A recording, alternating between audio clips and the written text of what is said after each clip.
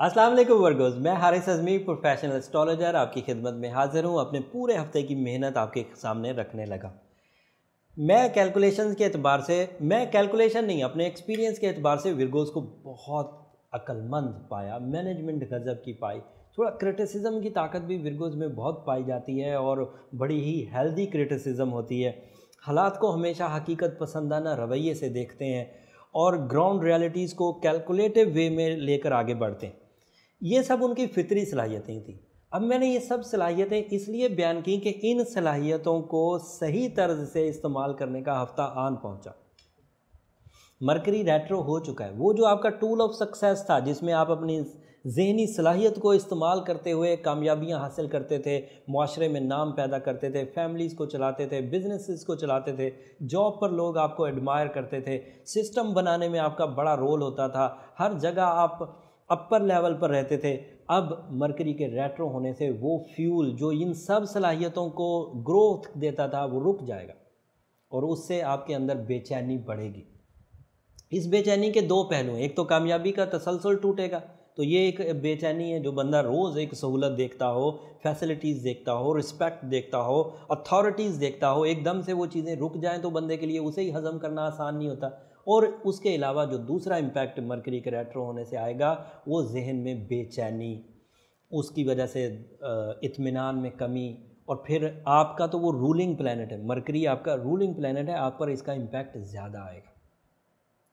आपका एतमाद भी शेक हो जाए, दूसरे लोगों का एतमाद शेक नहीं होगा, वो बहरहाल करते रहेंगे, लॉसेस की वजह से दिल पर बोझ रहेगा, जहन पर दबाव रहेगा, लेकिन आपके यहाँ तो बदएतमादी पैदा होना शुरू होगी कि मेरे हाथ से ये क्या हो रहा है। और दौर भी लंबा है, कोई 2-4 दिन हो, बंदा इंतज़ार ही कर ले, लेकिन अप्रैल तक चलना। और आपकी दिमागी सलाहियतों में शकूक का भी इजाफा हो जाएगा। जिन लोगों पर या जो लोग आपसे बड़ी मोहब्बत करते हैं, आप उन्हें शक की नज़र से देखने लगेंगे। ऐसी कंडीशन में 1-to-1 रिलेशंस को भी बड़े इश्यूज़ होंगे और पीआर में भी कमी आएगी। लोग भी जो आपके साथ मिल बैठकर खुशी महसूस करते थे, जब हर वक्त ही आपका रवैया कंप्लेनिंग रहेगा तो वो आपके साथ उठना बैठना भी कम करेंगे। इसलिए उनके उठने बैठने को बचाने के लिए कि वो मेरे साथ मर्ज रहें, आपको अपने मूड को फोर्सफुली भी प्लेजेंट रखना होगा। और फिर मियाँ बीवी के रिलेशन में अगर कशीदगी होती है तो अब मेरी इन्फॉर्मेशन देने के बाद आपको ये बात रियलाइज़ करनी चाहिए कि ये कशीदगी का दौर ही चल रहा था, इस दौर को मैं किसी तरह कम करूं। अब मियाँ बीवी के दरमियान तो कोई उस वक़्त किसी ग्राउंड इवेंट की वजह से अगर कोई कशीदगी पैदा होती है तो आप उसे ये तो नहीं कह सकते कि भाई मेरा तो सितारा सही नहीं चल रहा इसलिए मुझसे लड़ो मत। ये तो आप ही को केयरफुल रहना होता है कि भाई मेरे मूड में स्विंग पैदा हो रहा है, मैं चीज़ों को उतना अच्छा नहीं मैनेज कर पा रहा हूँ, सामने वाला मुझे अप्रिशिएट नहीं कर रहा, तो मेरे साथ ऐसा ही होना है, इसलिए मुझे इसे मैनेज करना चाहिए। कहीं मूड अच्छा रखने की ज़रूरत है, कहीं पर कुर्बानी देने की ज़रूरत है, कहीं पर जो आपका एक ज़हनी काबिलियत है उसमें कुछ पॉलिटिकल माइंड से आगे बढ़ने की ज़रूरत है, तो आपको बढ़ना चाहिए। तो ये तो थी मरकरी के ख़राब। ये पिछले हफ्ते का ही तसलसल था जो इस हफ्ते भी मैंने बयान कर दिया। जुपिटर बहरहाल आपके चौथे घर में है। चौथा घर जुपिटर के लिए काफ़ी पॉजिटिव होता है, बेसफुल होता है, स्टूडेंट्स के लिए अच्छा था। बट मरकरी के रेट्रो होने से विर्गो स्टूडेंट्स को भी कुछ उलझन पैदा होगी, उनकी क़ुव्वत हाफ़ज़ा में कमी आएगी। वो जब अपने एग्ज़ाम में बैठे होंगे तो बेचैनी, तज़ब्ज़ुब, कमज़ोरी एंड सॉरी, हाँ, थोड़ी सी बुज़दिली का पहलू भी उधर पैदा होगा और वो उनका परफॉर्मेंस लेवल वो नहीं होगा, आइडियाज़ वो नहीं होंगे, रवानी दिमाग की वो नहीं होगी। तो उसको ओवरकम करने के लिए बीइंग अ विर्गो में हमेशा ही गोल्डन टोपाज की और येलो सफ़ायर की तलकीन करता हूँ। ये बड़ी उम्दा केमिस्ट्री है, इसका जो केमिकल फार्मूला है ये विर्गोज़ के लिए बड़ा प्रोडक्टिव होता है। उसके अलावा रूबी भी पहन सकते हैं। मैं रूबी, एमरल्ड, बिल सफ़ायर इसलिए ज़्यादा प्रिस्क्राइब करता हूँ कि हमें स्टोन से रेडिएशंस ही चाहिए होती हैं और वो रेडिएशंस इन टॉप क्वालिटी स्टोन से ज़्यादा आसानी से मिल जाती है। अगर मैं लो लेवल के स्टोन जैसे मून स्टोन, जैसे अकीक, जैसे फ़िरोज़ा, ये सब जिमोलॉजी का हिस्सा है, मैं ये भी प्रिस्क्राइब कर सकता हूँ, लेकिन इनकी प्रिस्क्रिप्शन में जब हमें रेडिएशन इंटेंसिटी चाहिए होती है, रिफ्लेक्टिव इंडेक्स चाहिए होता है, स्पेसिफिक ग्रेविटी चाहिए होती है, वो जो लो लेवल के स्टोन्स हैं उनसे बहुत नॉमिनल सा मिलता है थोड़ा सा। अब वो फिर जो आपके साथ ट्रबल्स होती है उसको वो बहुत देर में हल करते हैं, 6-6 महीने, साल लग जाता है।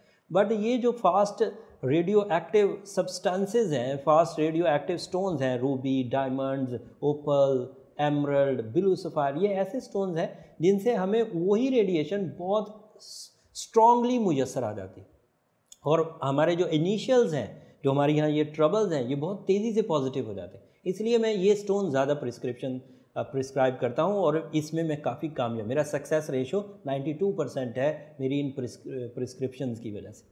खैर, अल्लाह ताला आपकी दुआओं से मुझे और कामयाब करे।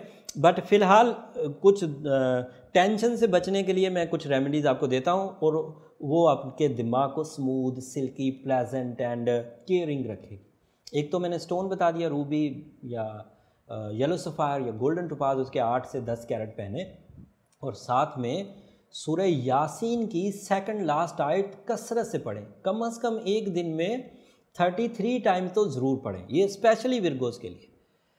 और ये आयत अगर आप पढ़ेंगे तो इससे आपके एतमाद में कमी नहीं आएगी। अगर ये ना पढ़ सकें, किसी को ज़ुबानी याद ना हो, तो फिर वो 13 दफ़ा सूरह इखलास पढ़े, कुल हुवल्लाहु अहद, ये मोस्टली लोगों को याद होती है। अगर ये याद हो तो नमाज में अलहम्द के बाद भी पढ़ी जा सकती है। फ़र्ज़ नमाज़ों में पढ़ने से ये नफली वजीफ़ा भी फ़र्जियत में आ जाता है और इसका सवाब ज़्यादा होता है, या इसका इम्पैक्ट या इसकी ब्लेसिंग्स हमें ज़्यादा मिलती है। ये एक मजहबी पस मंज़र की चीज़ थी जो मैंने आपके सामने रखी। उम्मीद करता हूँ कि साइंटिफिकली आप स्टोन वेयर करेंगे और मजहबी तौर पर सूरह इखलास या सूरह यासीन की सेकंड लास्ट आयत कंसीडर करेंगे। सेकंड लास्ट आयत वो आयत है जिसमें कुन फयकून आता है, तो वो एक इशारे के तौर पर मैं आपको बता रहा हूँ। तो अगर आप इसे कंसीडर करेंगे तो हफ्ता भी आराम से गुजरेगा और पूरा मरकरी जो अप्रैल तक नेगेटिव रहना है वो बैलेंस हो जाएगा और आप अपनी ज़िंदगी में उसी तरह, उसी रूटीन से, उसी रिस्पेक्ट से, उसी इख्तियारात को लेकर, उसी कामयाबी की डगर पर ही चलते रहेंगे।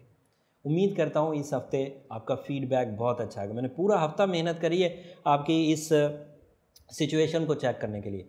आपकी अप्रिसिएशन हमें कमेंट्स की सूरत में मिलती रहती है। कमेंट्स में आप अक्सर अपना इंडिविजुअल जायचा पूछते हैं, विरगोज़ वो थोड़ा सा मोहतात रहा करें, वहाँ इंडिविजुअल जायचे की जगह नहीं है। इंडिविजुअल जायचे के लिए नीचे नंबर चल रहे हैं, वहाँ से आप अपॉइंटमेंट ले सकते हैं। वो कमेंट्स जो है वो सिर्फ आपके जो आइडियाज़ हैं या आपको कोई हमसे कंप्लेन है तो उस तर्ज की चीज़ें जो एक दूसरे को हम लोग अपना मैसेज पहुँचाते हैं। बट इंडिविजुअल लाइफ जैसे आप लोग अपनी डेट ऑफ बर्थ देते हैं, time and place of birth, वो वहाँ पर हम लोगों वो फोरम भी नहीं है, वहाँ तो शॉर्ट मैसेजेस होते हैं। वो जायचा तो बहुत लंबी चीज़ है जिसमें कम से कम आधा घंटा तो ज़ुबानी डिस्कशंस में लगता है। अगर मैं वहाँ लिखने लगूंगा तो मैं तो पूरे हफ्ते में किसी एक ही बंदे का जायचा बना पाऊंगा। बीइंग अ प्रोफेशनल मुझे बहुत काम करना होता है। उम्मीद करता हूँ आप ये सब बातें समझेंगे। अगले हफ्ते तक के लिए इजाज़त दीजिए। अल्लाह ने